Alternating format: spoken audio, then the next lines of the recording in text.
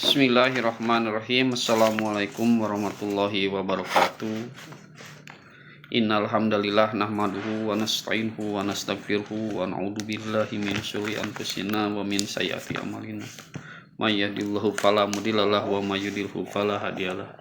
Asyhadu alla ilaha illallah wa asyhadu anna Muhammadan abduhu wa rasuluhu amma ba'du.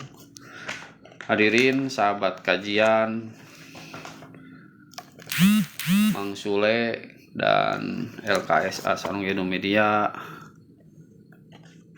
Ponpes Miftahul Haq, juga Ponpes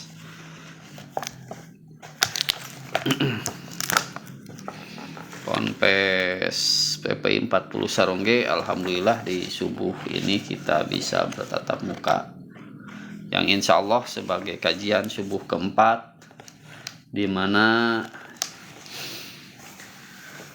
mudah-mudahan dari silaturahmi ini semakin mendekatkan di antara kita yang dekat maupun yang jauh di dunia silaturahmi media sosial ini, yaitu melalui live TikTok gitu ya.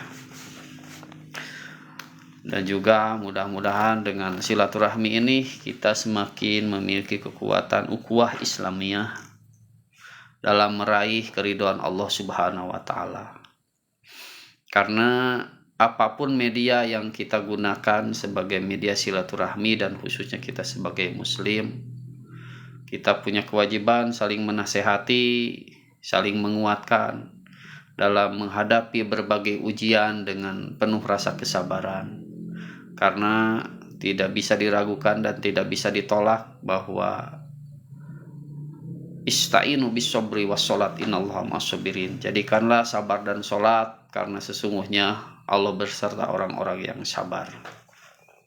Hadirin sahabat kajian Mang Sule dan Ponpes Miftahul Haq PPI 40 Sarongge, bahwa kemarin di materi subuh yang ketiga membahas tentang kita harus totalitas mensyukuri dan berusaha secara proses mengamalkan, melaksanakan Al-Quran sebagai mujizat sesuai dengan sunnah Nabi Muhammad Rasulullah Shallallahu Alaihi Wasallam, yang dimana bahwa kita harus mulai tidak ragu, kita harus mulai berusaha istiqomah, bahwa setiap persoalan, setiap ujian dari Allah Subhanahu wa taala dalam kehidupan ini bisa terselesaikan dengan menggunakan dan menjadikan Al-Quran dan sunnah Nabi sebagai panduan hidup dari Allah Subhanahu wa ta'ala kepada makhluknya yang terpilih, pada hambanya yang dicintainya. Hadirin sahabat kajian Mang Sule dimanapun berada, bahwa selain dalam Quran surat Al-Baqarah Allah menjelaskan bahwa Al-Quran sebagai petunjuk bagi orang-orang yang bertakwa, juga di dalam Quran surat Al-An'am dijelaskan, A'udzubillahi minasyaitonirrajim, wa tammat kalimatu rabbika sidqan wal adla la mubaddila li kalimatihi wa huwas samiul alim. Telah sempurnalah ya, dalam surat Al-An'am 115. Kalimat dari Allah benar dan adil gitu ya. Dan tidak akan ada perubahan dari kalimat dari Allah itu. Sehingga kita selaku mukmin, maka tadi di awal tidak usah ragu lagi, karena selain Al-Quran itu sebagai petunjuk, diperkuat juga di dalam surat Al-An'am tadi 115-16 bahwa Allah telah menyempurnakan. Jadi ketika kita melihat di dalam kehidupan ini, banyak orang yang menuntut haknya akan sebuah keadilan gitu ya. Keadilan baik itu dari sisi mungkin perhatian secara psikologis, perhatian secara ekonomis, perhatian secara politis gitu ya. Dengan banyaknya reaksi-reaksi masyarakat muslim khususnya gitu ya, yang menuntut sebuah keadilan. Kita bagaimana melihat contoh kemarin setelah masa Pilpres gitu ya, setelah masa Pilpres banyak orang yang mengedepankan nomor 1, nomor 2, nomor 3 Yang kalah merasa tidak adil, yang menang merasa adil. Sehingga yang kalah terus menuntut tentang sebuah keadilan. Padahal keadilan itu didorong karena kita sudah melaksanakan totalitas secara kewajiban kita sebagai hamba yang memiliki hubungan secara administrasi di dalam lingkungan kita hidup gitu ya. Nah, hadirin sahabat Mang Sule dimanapun berada, kalaulah kita sudah mengikrarkan diri sebagai muslim dengan baik secara hati, lisan, ataupun perbuatan dengan akidah yang disebut dua kalimat syahadat, asyhadu alla ilaha illallah wa asyhadu anna muhammadan abduhu wa rasulullah, bahwa aku bersaksi tiada Tuhan kecuali Allah, Muhammad adalah utusan Allah. Maka kewajiban yang harus kita laksanakan itu tidak bisa terlepas dari rambu-rambu Al-Quran, tidak terlepas dari apa yang telah dicontohkan oleh baginda Nabi Muhammad Rasulullah SAW.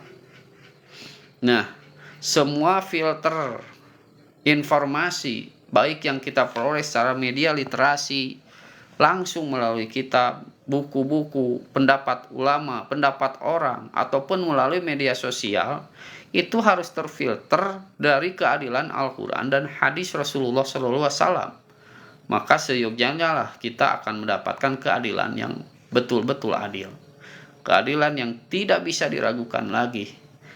Bagaimana perjalanan Rasulullah selama 15 abad dilanjutkan oleh para khalifah Rasyidin tentang teori keadilan. Itu secara persentasenya dominan dalam sebuah keadilan yang bisa ditegakkan. Maka kita selaku muslim pada saat sekarang, kalau kita melihat fakta orang membuat sebuah peraturan, katakanlah dewan-dewan rakyat ataupun MPR, DPR, khususnya DPR yang membuat undang-undang, bagaimana memusyawarahkan satu pasal, satu undang-undang saja, begitu memakan waktu yang lama, materi yang besar, bahkan banyak yang tidak beres dikarenakan adanya beberapa kepentingan bisa saja, ataupun perdebatan-perdebatan yang terjadi. Tapi kalaulah kita berprinsip terhadap sebuah nilai psikologi, ruhaniah, keimanan kita sebagai muslim, maka rujukan utama keadilan yang bisa kita buktikan sebagai nilai yang adil bagi seluruh umat manusia yaitu Al-Quran. Nah, bagi kadar-kadar kita sebagai muslim yang berusaha istiqomah, apalagi dalam momentum Ramadan ini, kita sering bertilawah Al-Quran. Bagaimana kita menimbang-nimbang tentang sebuah kebenaran bahwa Al-Quran itu sebagai mukjizat. Kita sebagai manusia adalah sebagai pelaku. Sebagaimana di Allah menjelaskan di dalam Quran surat Al-Imran 164. Allah telah mengutus. Laqad manallahu 'alal mu'minina idh ba'atsa fihim rasulan. Sudah jelas Allah mentaukidkan bahwa Allah mengangkat seorang rasul, idwa asyafihim rasulan, dari generasi ke generasi. Artinya rasul secara jasadnya adalah Rasulullah, tetapi secara risalahnya dilanjutkan oleh para pewaris risalah Rasulullah, yaitu al-ulama warasatul anbiya, ulama pewaris para nabi, sehingga tugasnya tidak bisa terlepas dari 3 hal. Yang pertama, bagaimana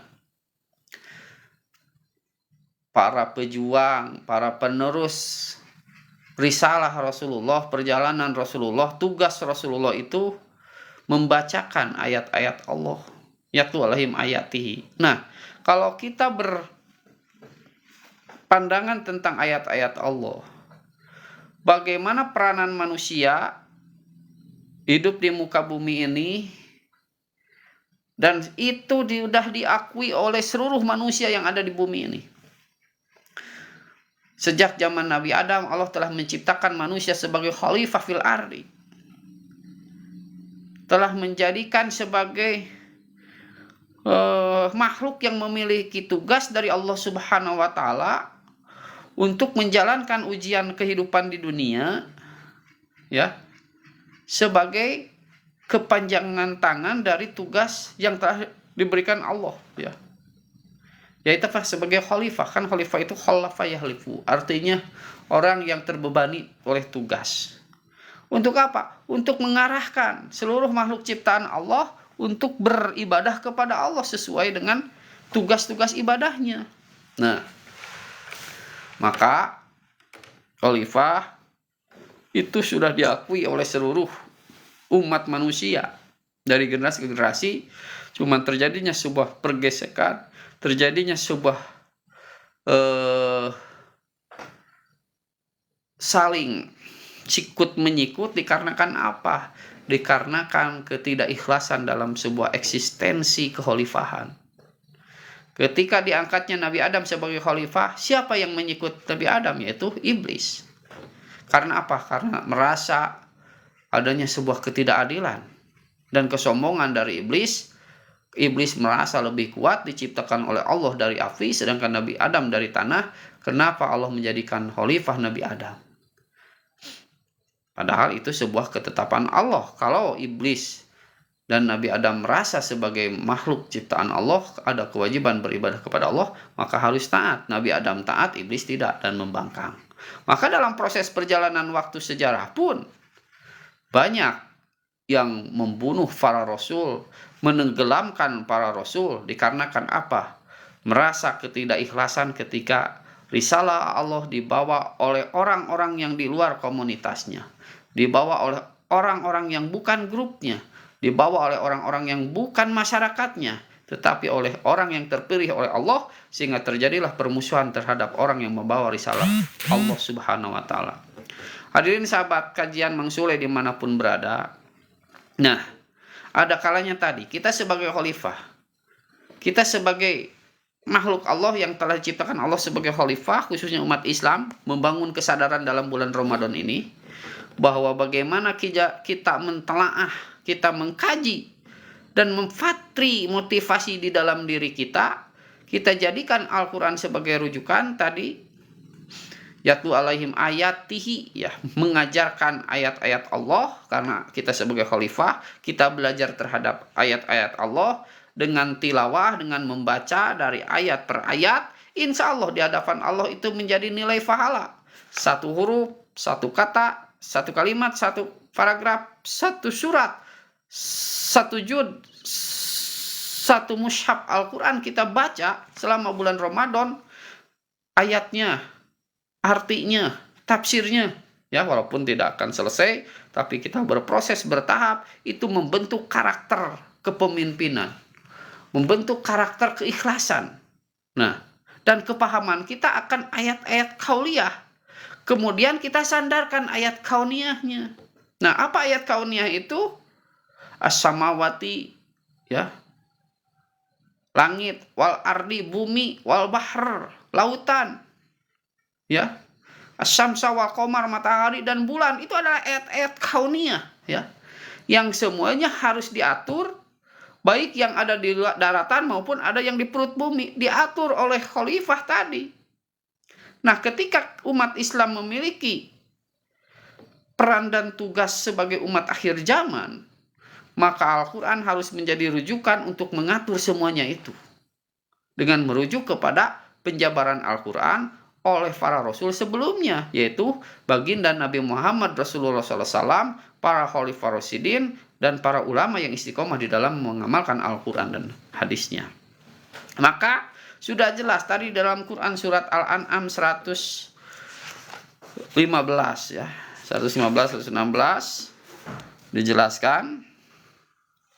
Nah, ya, 115, wa tammat kalimatu rabbika sidqa wal adla la mubaddila li kalimatihi wa huwas samiul alim.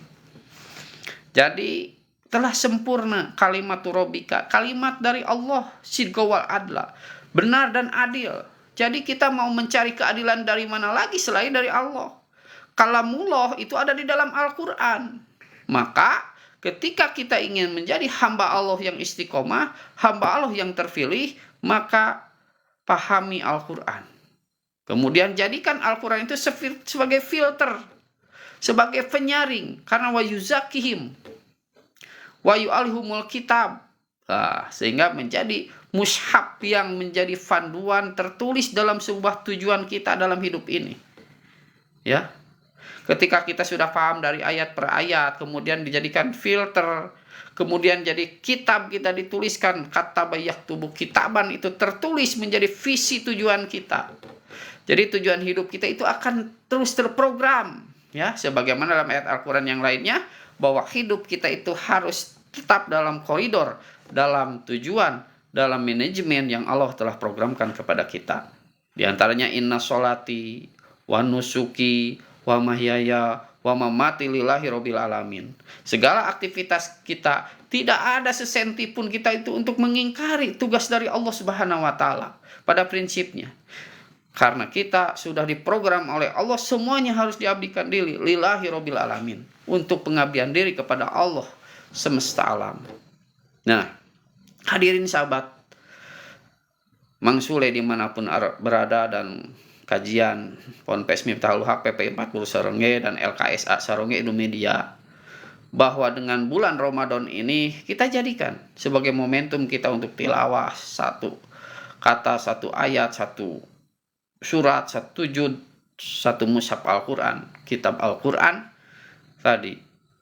Ketika kita sudah berhasil memahaminya, berproses, kemudian akan terbangun sebuah aura positif di dalam diri kita itu dengan penuh rasa hikmah. Ketika kita berbicara, kita mampu menempatkan kepada siapa kita berbicara.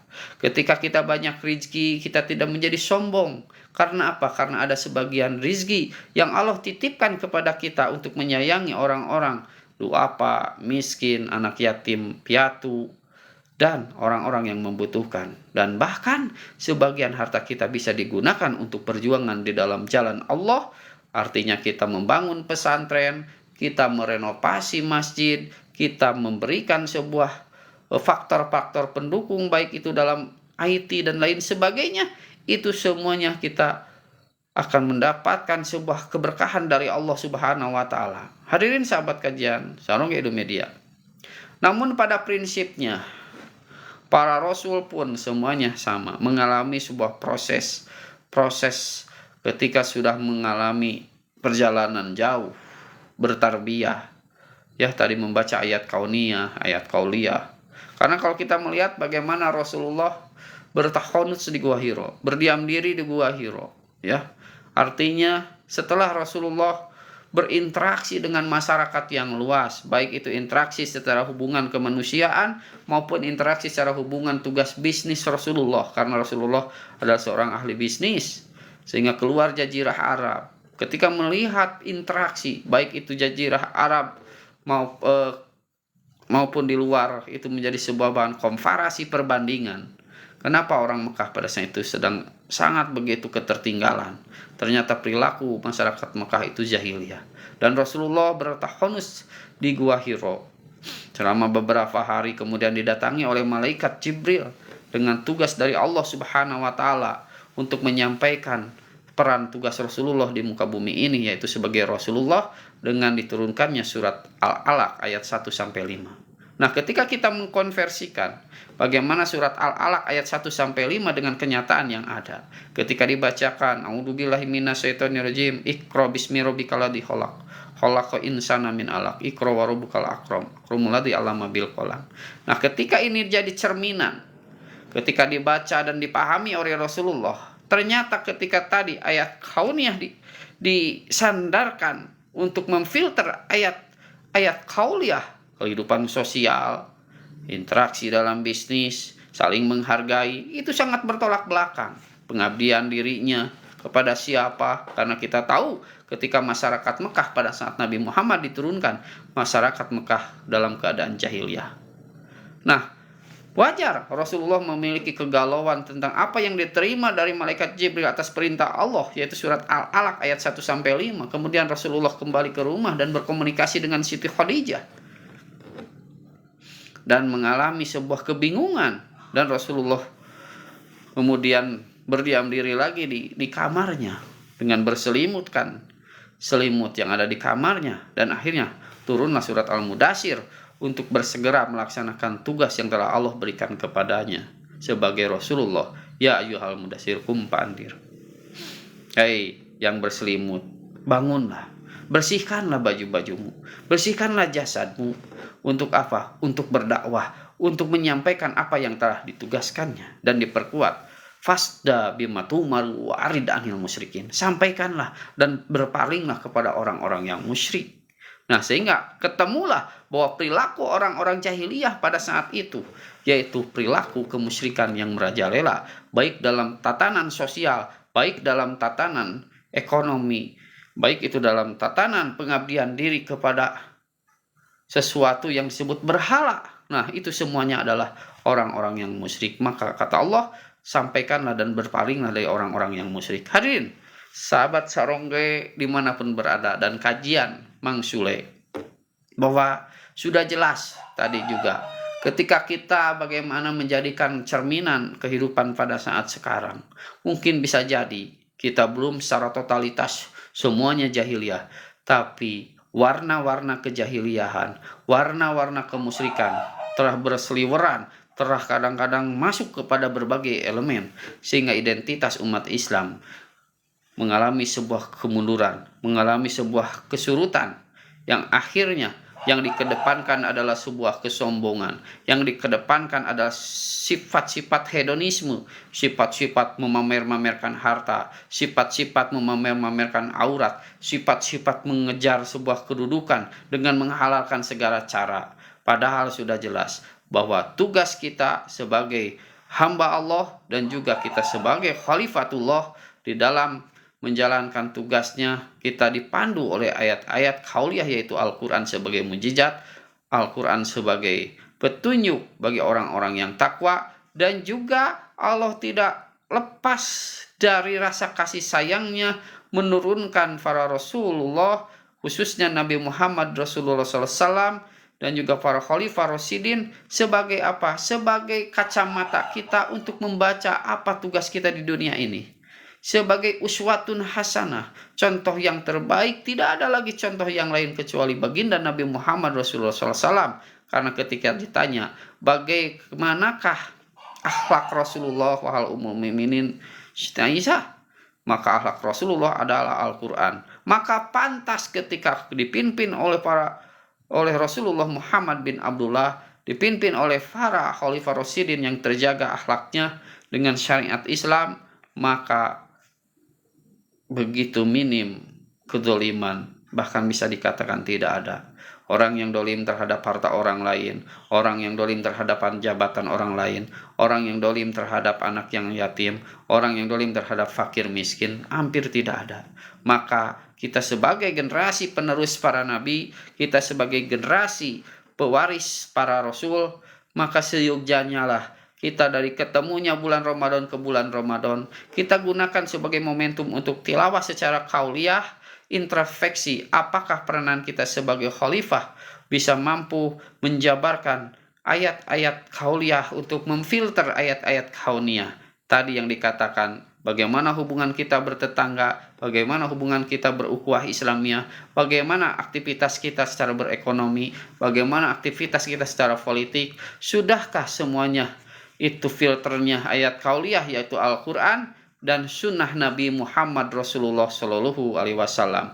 Hadirin sahabat kajian Mang Sule dimanapun berada, bahwa kita bukan mencari popularitas, bahwa kita bukan mencari rating yang banyak, tapi pada prinsipnya setiap potensi yang Allah berikan kepada kita, gunakan potensi itu untuk beribadah kepada Allah, gunakan potensi itu untuk berusaha mengimplementasikan, menerapkan nilai-nilai yang telah Rasulullah SAW contohkan kepada kita sekalian. Berproses, bertahap sesuai dengan kapasitas kemampuan kita. Insya Allah itu menjadi nilai kebahagiaan di dunia maupun di akhirat. Dan insya Allah kita akan senantiasa dalam ridho Allah Subhanahu wa Ta'ala. Hadirin sahabat kajian Mang Sule dimanapun berada, jelas tadi dalam Quran surat Al-An'am ayat 15, watammat kalimatu rabbika sidqan wal adla. Telah sempurna kalimat mirobika, kalimat dari Allah Subhanahu wa Ta'ala, baik secara kauniyahnya maupun secara kauliyahnya. Al-Quran sebut kauliyah, dan apa yang ada dalam sekitar kita sebut kauniyah, dan kita sebagai khalifah panduannya Al-Quran, Rasulullah sebagai contoh bagaimana melaksanakan Al-Quran. maka keadilan dan kesempurnaan akan didapatkan oleh hambanya yang senantiasa bertilawah, bertakarub kepada Allah dan berusaha mengamalkannya. La mubaddila li kalimatihi, tidak akan ada berubah sebuah kalimat dari Allah, wa huwas samiul alim, dan Allah lah Maha pendengar dan mengetahui apa yang hambanya kerjakan. Maka kita sebagai muslim memang kita memiliki kelemahan, tapi kita berusaha untuk melaksanakan peran dan fungsi kita sebagai muslim pada saat ini. Insya Allah keberkahan akan kita peroleh. Hadirin sahabat Mang Sule dimanapun berada, mungkin materi untuk subuh keempat diakhiri dengan materi yang tadi disampaikan, yaitu Quran Surat Al-An'am ayat 115, dan mudah-mudahan bisa terpahamkan. Jadi intinya dalam Ramadan ini kita bertilawah, kita jadikan cermin, dan kita sadar sebagai khalifah, sebagai penerus pelanjut para ulama sebelumnya, para khalifah sebelumnya, dan Rasulullah Muhammad bin Abdullah, untuk memfilter aktivitas kita, baik itu kita dalam lingkungan sosial, baik itu dalam lingkungan ekonomi, baik itu dalam ranah memanfaatkan alam dan sekitarnya. Semuanya harus berpanduan terhadap Al-Quran dan sunnah Nabi Muhammad Rasulullah SAW. Kita menghadapi segala ujian yang kita hadapi, baik secara pribadi, keluarga, ataupun jabatan yang lebih luasnya, semuanya itu menaikkan derajat kita di hadapan Allah. Karena pada prinsipnya, manusia tidak bisa terlepas dari tugasnya.